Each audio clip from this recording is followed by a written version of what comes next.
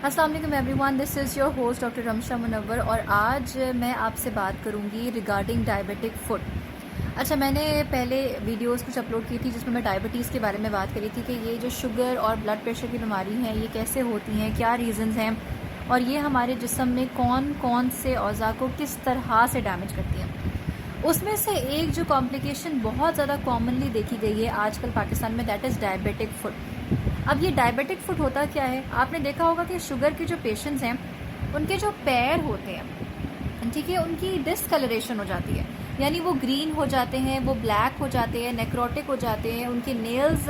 ख़राब होना शुरू हो जाते हैं, उसमें इन्फेक्शन हो जाता है। बहुत दफ़ा ऐसा होता है कि उसमें ना पस पड़ जाती है, वो फूल जाते हैं, पानी पड़ना शुरू हो जाता है, वो गलना शुरू हो जाते हैं उनके पैर। उसकी क्या रीज़न है? मेडिकल टर्म में हम गैंग्रीन को दो हिस्सों में डिवाइड करते हैं, एक होता है हमारा ड्राई गैंग्रीन और एक होता है हमारा वेट गैंग्रीन, ठीक है। जो ड्राई गैंग्रीन है उसके अंदर जो शुगर के मरीज़ होते हैं उनके पैर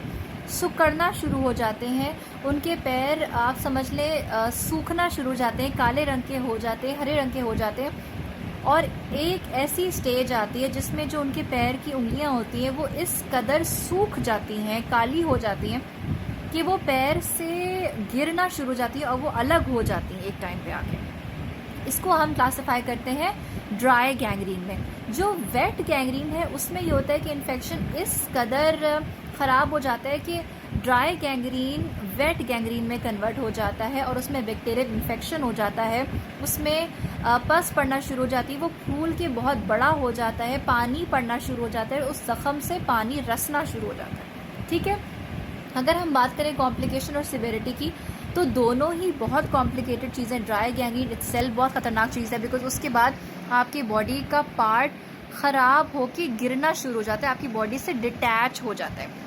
जो आपकी वेट गैंग्रीन है वो क्यों ख़तरनाक है? इसलिए क्योंकि उसमें इन्फेक्शन हो चुका है और वो इन्फेक्शन आपके पहले पैर को इंक्लूड करेगा, फिर उसके बाद आहिस्ता आहिस्ता ये पूरे टांग को इंक्लूड कर जाते हैं और टांग भी काटनी पड़ जाती है, ठीक है। तो काइंडली अगर आपके इर्द गिर्द कोई भी ऐसा मरीज़ है या अगर आप खुद भी शुगर के मरीज़ हैं और आपको लगता है कि आपके पैर ख़राब हो रहे हैं तो लाजमी तौर पे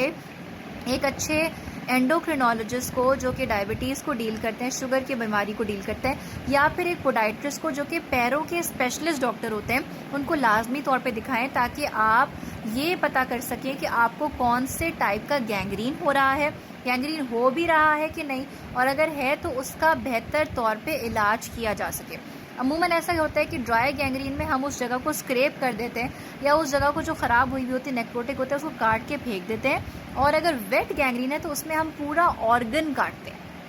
ठीक है, क्योंकि अगर हम काटेंगे नहीं तो वहाँ के नर्व्स ख़राब हो चुके हैं, वहाँ के वेसल्स ख़राब हो चुके हैं, वहाँ की रगें ख़राब हो चुकी हैं, वहाँ पे आपको ठंडा गर्म महसूस होने की सलाहियत ख़त्म हो चुकी है, वो जगह आपकी डिफेक्टेड हो चुकी है और उस जगह को जिस्म के हिस्से से अलग करना पड़ेगा ताकि कोई भी इन्फेक्शन पैर के ज़रिए पूरे जिस्म तक ना फैल सके, खून के ज़रिए, नर्व्स के ज़रिए ऊपर की तरफ ना आ सके। क्योंकि अगर ये आपके स्किन से होते हुए आपके जिस्म पे चला गया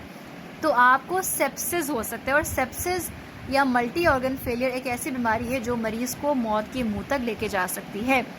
तो काइंडली गैंग्रीन या डायबिटिक फूड को अवॉइड करें, मेडिकेशंस टाइम पे लें। अगर आपको इंसुलिन डॉक्टर साहब कह रहे हैं लेने तो लाजमी तौर पे इंसुलिन अपनी लगाएं। जिस हिसाब से आपकी एज है, आपकी वेट है, उसके अकॉर्डिंगली आपकी इंसुलिन एडजस्ट होगी और लाजमी तौर पे अपनी मेडिकेशंस को प्रॉपरली लीजिए। थैंक